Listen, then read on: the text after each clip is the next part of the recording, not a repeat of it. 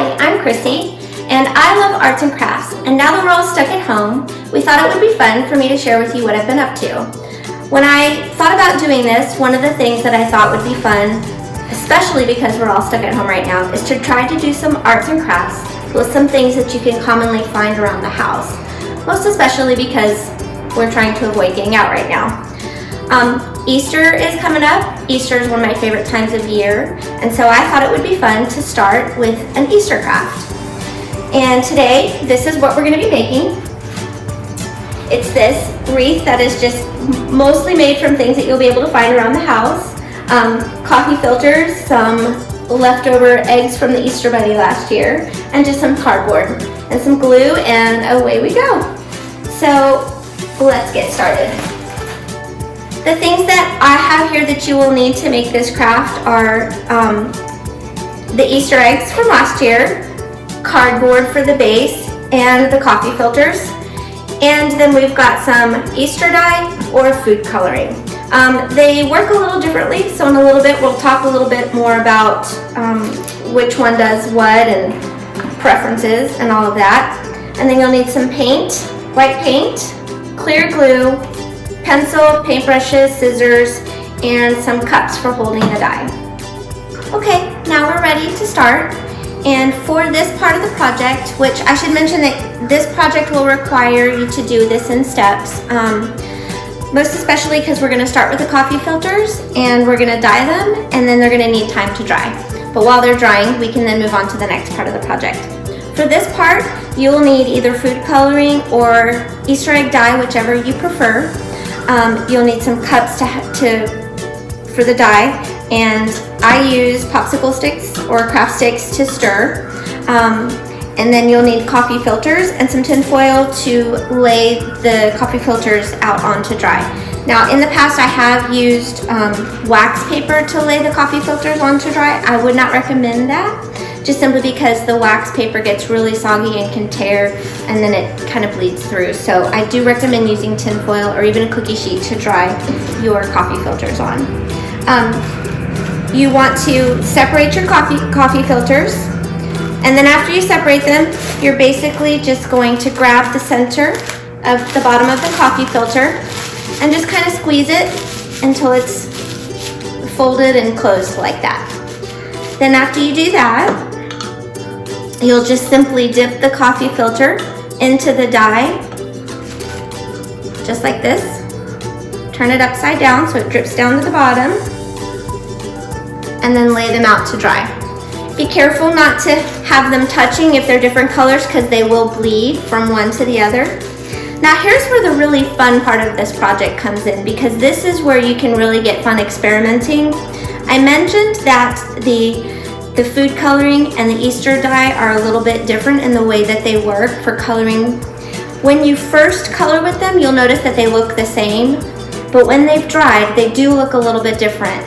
Easter egg dye creates more of a solid one color look, and it has just more of it doesn't necessarily look so blended, but when you're using food coloring, you can get a look, especially if you're mixing colors, which is also fun, but you can get where it shows up in two different colors. Like the color almost separates, but it actually creates a really interesting effect.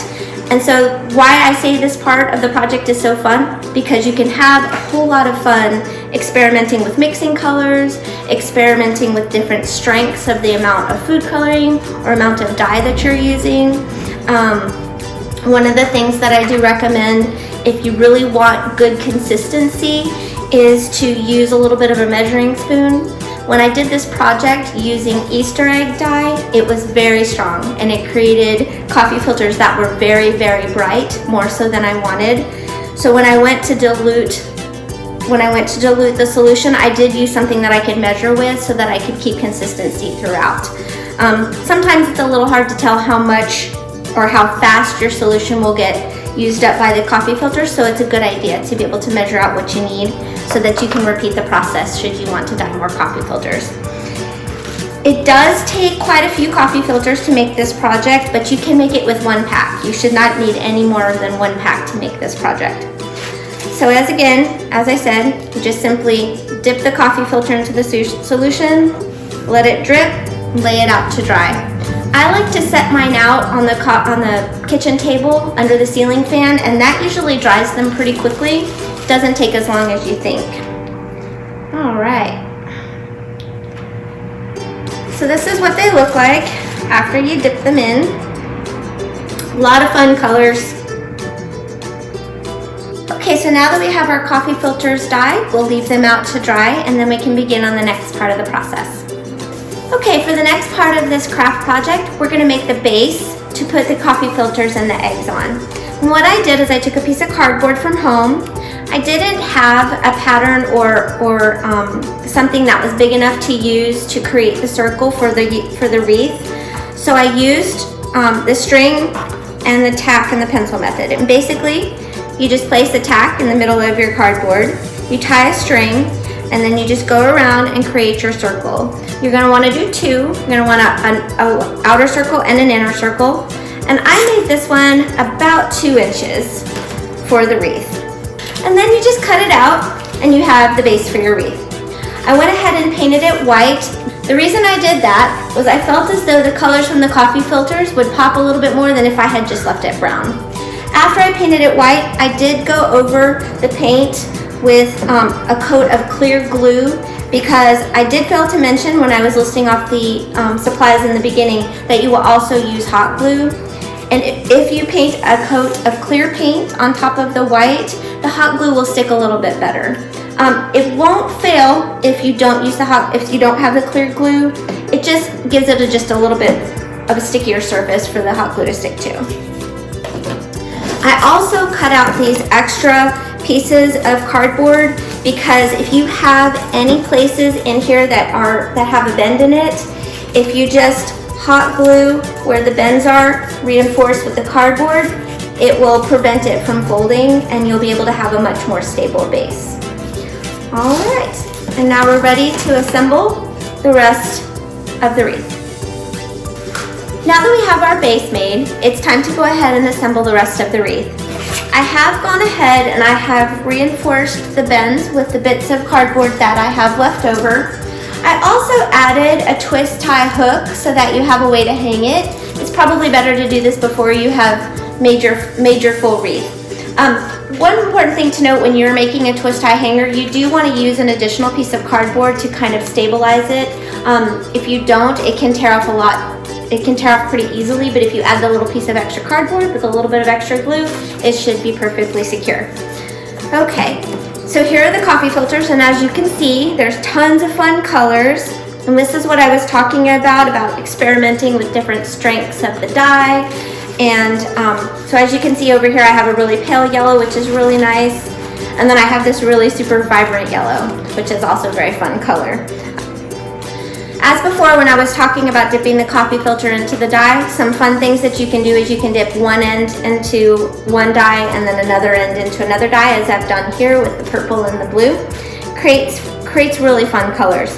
Before you get started placing the coffee filters onto the wreath, you do want to kind of fan them out a little bit. They're kind of closed and not as fun. And then when you fan them out and just refold them a little bit, then they get real fluffy so that you end up with a really fluffy wreath, which is really fun. So now that we're going to place the coffee filters onto the wreath, give a little thought to how you want to go about this. You can either go in a pattern or you can just kind of do whatever you want and not necessarily pay attention to which colors you pick up and just kind of have fun experimenting that way. I'm kind of a pattern person, so I like to go in patterns, but for the purpose of this, I'm just going to kind of go with it and see what we end up with. When you go to hot glue, by the way, younger children, please get parental supervision with this part. This involves a hot glue gun, and please make sure you have your parents' permission or help using the glue gun. Just want to say that. Now that we have a little bit of the first layer started, I'm going to go ahead and show you how to do the second layer, and then we'll attach the eggs, and then you'll see how to do the whole wreath. Just as before, where you've glued the coffee filters onto to one half of the wreath, basically you're just going to add coffee filters right up to the edge. Where is my popsicle stick? And now you'll just add a row all along the edge, hiding that. And it will also create extra fluffiness, which is really pretty. Variety of color, which is also really pretty. And when you're done, you'll have a really pretty Easter wreath.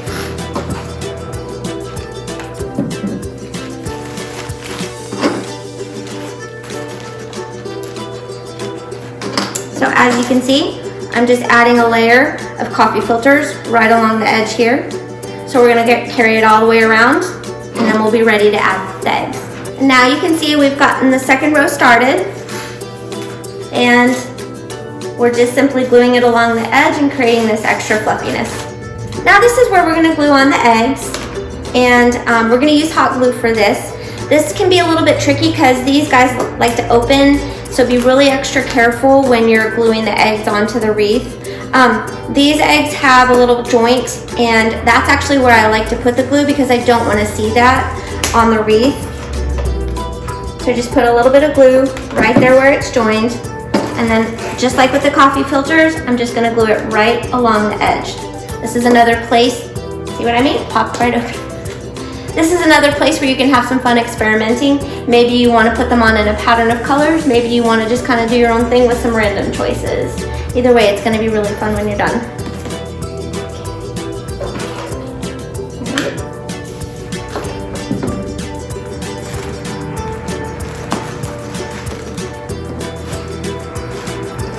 You might have to hold them down for a few seconds to make sure that they stay. When the hot glue is still warm, these can fall off pretty easily.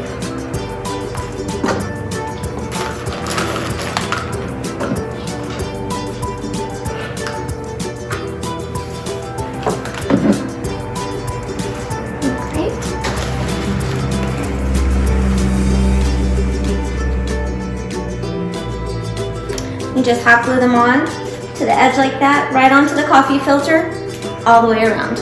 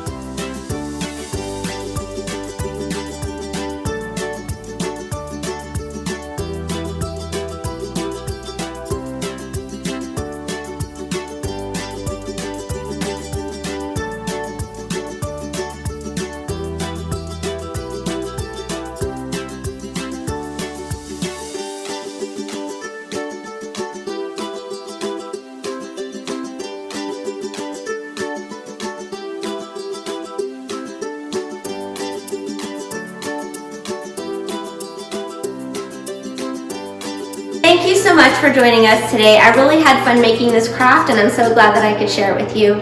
If you would like to share your wreath, we'd love to see it. Send those pictures to admin@jewelltonemusic.com. We look forward to seeing your wreaths. Thank you.